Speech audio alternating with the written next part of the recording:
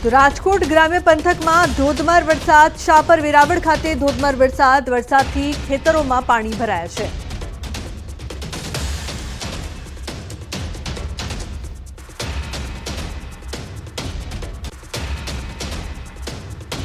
તો બનાસકાંઠાના ધાનેરામાં ધોધમાર વરસાદ વરસ્યો। વરસાદ વરસતા રસ્તાઓ પાણી થયા। ધાનેરાના મુખ્ય બજારોમાં વરસાદી પાણી ભરાયા છે। હિંગળાજનગર સોસાયટી અને ઉમિયાનગર સોસાયટીના રોડ પર વરસાદી પાણી ભરાયા છે।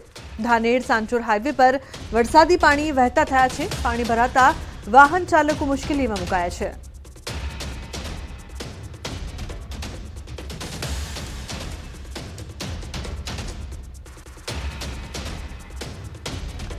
તો વડોદરા શહેરમાં ફરી જામ્યો છે વરસાદી માહોલ। શહેરના અલગ અલગ વિસ્તારમાં વરસાદ। આજવા રોડ, વાઘોડિયા રોડ, રાવપુરામાં વરસાદ, સયાજીગંજ અને અલકાપુરીમાં પણ વરસાદ।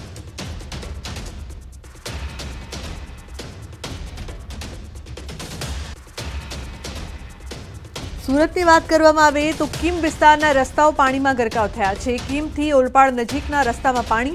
મુખ્ય રોડ પર આવેલું વડોલી ગામ બેટમાં ફેરવાયું છે। 5 ફૂટ સુધીના પાણી ભરાઈ જતા હાલાકી। ચારે તરફ નજર કરો ત્યાં માત્ર પાણી જ પાણી દેખાઈ રહ્યું છે। લોકો કમર અને છાતી સુધીના પાણીમાં અહીંયા ફરતા જોવા મળ્યા છે।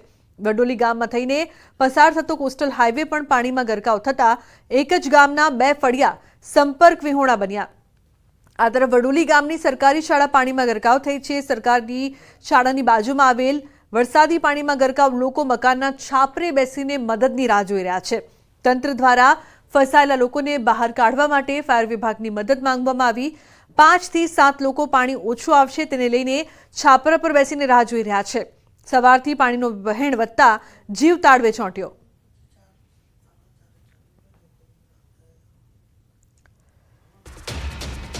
તો ભરૂચના આસરમાં ગામમાં તારાજીના દ્રશ્યો સામે આવ્યા। કીમ નદીના પાણીએ મચાવી છે તબાહી। હાંસોટ તાલુકાના આસરમાં ગામમાં પૂર જેવી સ્થિતિ। ગામમાં 7 ફૂટ પાણી ભરાઈ જતા જળબંબાકાર। આસરમાં ગામ બેટમાં ફેરવાતા સંપર્ક વિહોણું બન્યું છે। બોટો તરતી જોવા મળી। લોકો ઘૂંટણસમા પાણીમાં ફરતા નજરે પડ્યા।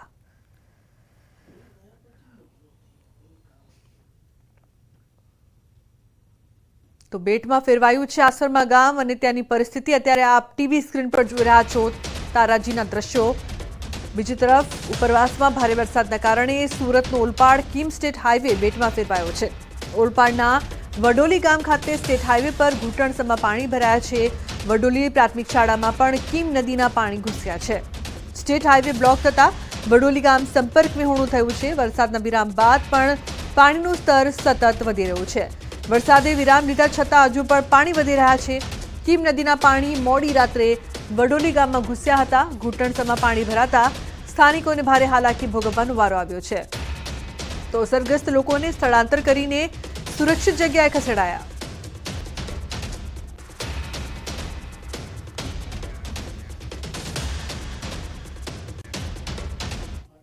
અને સમાચારની વાત કરીએ તો રાજકોટ પોરબંદર નેશનલ હાઈવે પર જેતપુરની ભાદર નદી પરનો એક સાઈડનો પુલ ફરી એકવાર બંધ કરાયો છે।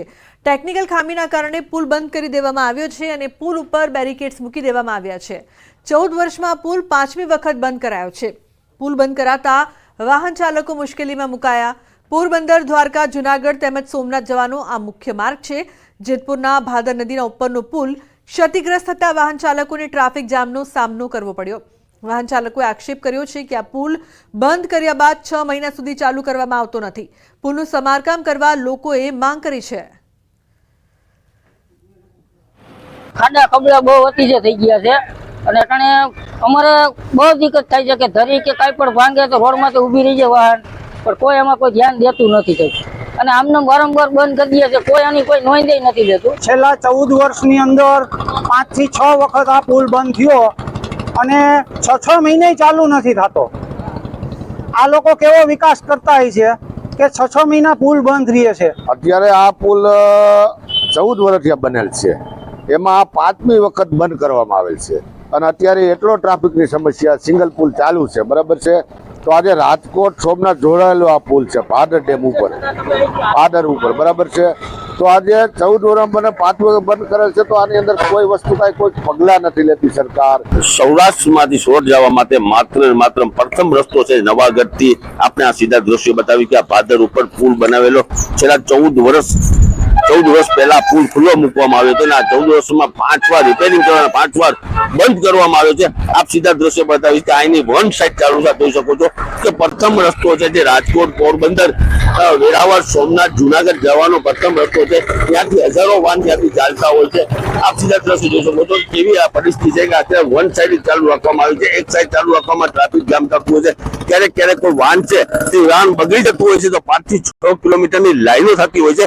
બીજા સામેનો આપણે રાજાશાહી વખતનો પુલના સીધા દ્રશ્યો બતાવીશ કે હરીખમ ઉભો છે. છેલ્લા 150 વર્ષથી આ પુલ છે તે પુલ હરીખમ ઉભો છે અને આ પુલ જે બનાવવામાં આવ્યો છે 14 વર્ષ પહેલા તેમાં લોકો કહી રહ્યા છે કે મતે ભ્રષ્ટાચાર થયું છે તેવું લોકો કહી રહ્યા છે.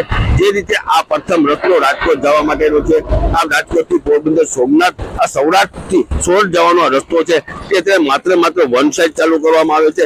ક્યારેક અત્યારે જે વાહન છે વાહનની ખાલી ટ્રાફિકના આપણે દ્રશ્યો બતાવ્યું કે ટ્રાફિક એટલું જામ થાય છે. જો વાહન આમાં ભૂલેથી વાહન કોઈ બંધ પડી જાય તો 5 થી 6 કિલોમીટરની લાઈન હોય છે. ક્યારેક અકસ્માતો થતા હોય છે. ક્યારેક કોઈ દર્દીઓ જતા હોય છે ત્યાં દર્દીને પરેશાનીનો સામનો કરવો પડે છે. 5-5, 6-6 કલાક લોકોને વેઇટ કરવો પડે છે ટ્રાફિકના હિસાબે. લોકો એવું કહી રહ્યા છે કે તાત્કાલિક ધોરણે આ પુલ છે શરૂ કરવામાં આવે તો લોકોને પરેશાનીનો સામનો ન કરવો પડે. મુનાફ પગારી, વિઝન ગુજરાતી, જેતપુર. તો દ્વારકાના ખંભાળિયા પંથકમાં વરસાદના વિરામ બાદ રોગચાળાએ માઝા મૂકી છે. ખંભાળિયા હોસ્પિટલ દર્દીઓથી ઉભરાઈ છે. હોસ્પિટલમાં રોજની 700 થી 800 જેટલી ઓપીડી નોંધાઈ રહી છે. હોસ્પિટલમાં શરદી, ઉધરસ, તાવ, શરીરમાં દુખાવો, ડાયરિયા, મલેરિયા, ડેન્ગ્યુ જેવા રોગના દર્દીઓ આવી રહ્યા છે. હોસ્પિટલના અધિક્ષકે રોગચાળાથી બચવા લોકોને ગરમ કરીને પાણી પીવા બાબતે તકેદારી રાખવા માટે અપીલ કરી છે. નથી પણ તાવના કેસો અને ચામડીના રોગોના કેસો વધારે છે અને પેટના દુખાવાના કેસો વધારે છે. અને જે ડાયાબિટીસ અને બીપીની ગોળીઓ લોકો નહીં આવી શક્યા, અઠવાડિયા 15 દિવસ સુધી વાર મેવાર બંધ રહ્યો, એના લીધે અત્યારે પેશન્ટ વધી ગયા છે. લગભગ 700 થી 750 પેશન્ટ આવે છે. તો બોટાદ જિલ્લાના બરવાડામાં જીઆરડી જવાનની ભરતી માટે યુવાનોની ભીડ ઉમટી છે. 17 જીઆરડી જવાનની જગ્યા સામે 700 ઉમેદવારોએ ફોર્મ ભર્યા છે. બરવાડા પોલીસ મથક ખાતે ફોર્મ પ્રક્રિયા માટે મોટી સંખ્યામાં યુવાનો ફોર્મ ભરવા માટે ઉમટી પડ્યા. ત્યારે યુવાનોમાં બેરોજગારીએ માઝા મૂકી હોય તેવી સ્થિતિનું નિર્માણ થયું. નવાઈની બાબત તો એ છે કે ભરતી પ્રક્રિયામાં સામાન્ય અભ્યાસ કરી રહેલા વિદ્યાર્થીઓ સામે ગ્રેજ્યુએશન કરેલા પણ અનેક વિદ્યાર્થીઓ જોડાયા હતા. ઉમેદવારોએ જણાવ્યું કે હાલ બેરોજગારી ખૂબ જ વધી છે અને નોકરી માટે અન્ય કોઈ તક નથી, જેથી ગ્રેજ્યુએશન કર્યું હોવા છતાં પણ જીઆરડીની નોકરી લેવા પણ અમે તૈયાર છીએ. મારો અભ્યાસ છે બીએસસી ગ્રેજ્યુએટ. જીઆરડીમાં અત્યારે જવાનું કારણ એ છે કે અત્યારે સરકાર તરફથી કોઈ એવી નવી કોઈ ભરતી નથી આવતી. અત્યારે બેરોજગારી એટલી છે, એના હિસાબે અમારે જવું પડે છે. હાલ હું અત્યારે પીએસઆઈ કોન્સ્ટેબલની તૈયારી મૂકી અત્યારે જીઆરડીમાં જવા માંગુ છું બેરોજગારીના કારણે. 700 સમથિંગ ફોર્મ ભરાણા છે બરવાડામાં, એમાં 200 સમથિંગ તો ગ્રેજ્યુએશન છે અને બેરોજગારી એટલી અતિશય ફાટી નીકળી છે. તો અતિશય છેલ્લે અમારે આ પગલું જીઆરડીમાં તો ભરવું જ પડશે. બેરોજગારીના કારણે અમારે કંઈક તો અત્યારે નોકરીની આશા તો અમારે જીઆરડીમાં ફોર્મ ભરવું પડશે. તો સમાચારમાં આગળ વાત જામનગરની 11 લાખની ચોરીના બનાવથી ખળભળાટ મચ્યો છે. પેટ્રોલ પંપના ધંધાર્થીના ઘરેથી 11 લાખ રોકડની ચોરી થઈ છે. આરાધના સોસાયટીના રહેણાંક મકાનમાં 11 લાખની ચોરી. સમગ્ર ચોરીની ઘટના પહેલાના સીસીટીવી સામે આવ્યા. ઘરમાં રાખેલા 11 લાખ રૂપિયા રોકડાની ચોરી કરવામાં આવી. જાણભેદોએ જ ચોરી કરી હોવાની આશંકા વ્યક્ત કરવામાં આવી છે. તો શખ્સ ઘરમાં પ્રવેશતો હોય તેવું જોવા મળી રહ્યું છે સીસીટીવીમાં, જે બાદ ચોરીની સમગ્ર ઘટનાને તે અંજામ આપે છે. તો આરાધના સોસાયટીની આ સમગ્ર ઘટના સીસીટીવીમાં કેદ થઈ છે. પેટ્રોલ પંપના માલિકના ઘરે ચોરી કરવામાં આવી હતી અને સીસીટીવીમાં ચોર કઈ રીતે ઘરની અંદર પ્રવેશી રહ્યો છે તે સ્પષ્ટ જોઈ શકાય છે. ઘરમાં રાખેલા 11 લાખ રૂપિયા ચોર ઉપાડી ગયો. હવે આ સમગ્ર મામલે પોલીસ દ્વારા તપાસ કરવામાં આવી રહી છે. જાણભેદુએ ચોરી કરી હોવાની આશંકા. કુલ મળીને આશરે 11 લાખ જેટલું કેશ જે છે એ એમના ઘરમાંથી ચોરી થઈ ગયેલું હોય એવી ફરિયાદ મળી છે. જેના આધારે સિટી બી ડિવિઝન પોલીસ સ્ટેશનમાં ભારતીય ન્યાય સંહિતાની કલમ 305(2) 331(4) અને 331(8) મુજબ ગુનો દાખલ કરવામાં આવેલો છે. તો વડોદરાના શિનોરમાં આધેડ મહિલાનો મૃતદેહ મળી આવ્યો છે. ઝાડ સાથે બાંધેલી હાલતમાં મળ્યો છે મૃતદેહ. નિવસ્ત્ર હાલતમાં મહિલાનો મૃતદેહ મળી આવ્યો. દુષ્કર્મ બાદ હત્યા કર્યાની આશંકા છે.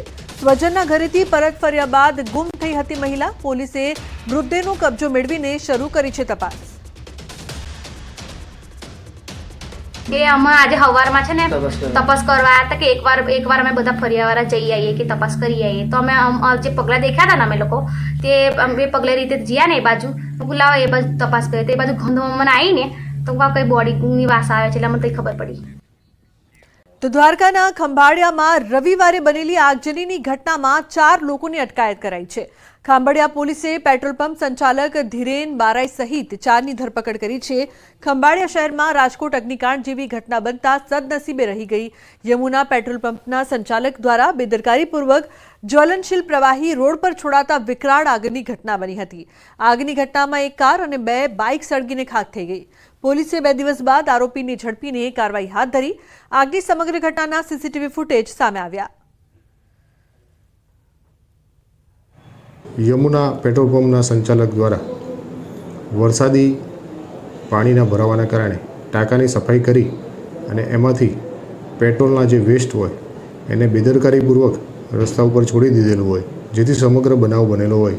જેમાં પેટ્રોલ પંપના સંચાલક તેમજ અન્ય 2 સફાઈ કર્મચારી અને 2 અન્ય કર્મચારીઓની અટકાયત કરવામાં આવેલી છે. યમુના પેટ્રોલ પંપના સંચાલક તો અમદાવાદના ઓઢવ વિસ્તારમાં વાંધાજનક ફોટા વાયરલ કરતા એક આરોપીની પોલીસે ધરપકડ કરી છે. આરોપી આકાશ ચુનારા પોતાની બહેનની સગાઈ અન્ય જગ્યાએ ન થતા અંગત દાવત રાખીને ફરિયાદીના ફોટો વાયરલ કરતો હતો. આરોપી ફરિયાદીની પત્નીના અને તેના પરિવારજનોના ફોટા એડિટ કરીને વાયરલ કરતો હતો. પોલીસે ફરિયાદના આધારે આરોપીની ધરપકડ કરીને વધુ તપાસ હાથ ધરી છે. જે આકાશ ચુનારા છે એ જે હાલના ફરિયાદી છે તેને તેના પરિવારના સભ્યોની મહિલાઓના ફોટો એડિટ કરીને બીભત્સ ફોટો ઇન્સ્ટાગ્રામ એકાઉન્ટથી બનાવીને મોકલતો હતો, જેના આધારે તેની ફરિયાદ દાખલ કરીને આરોપીની ધરપકડ કરવામાં આવેલી છે.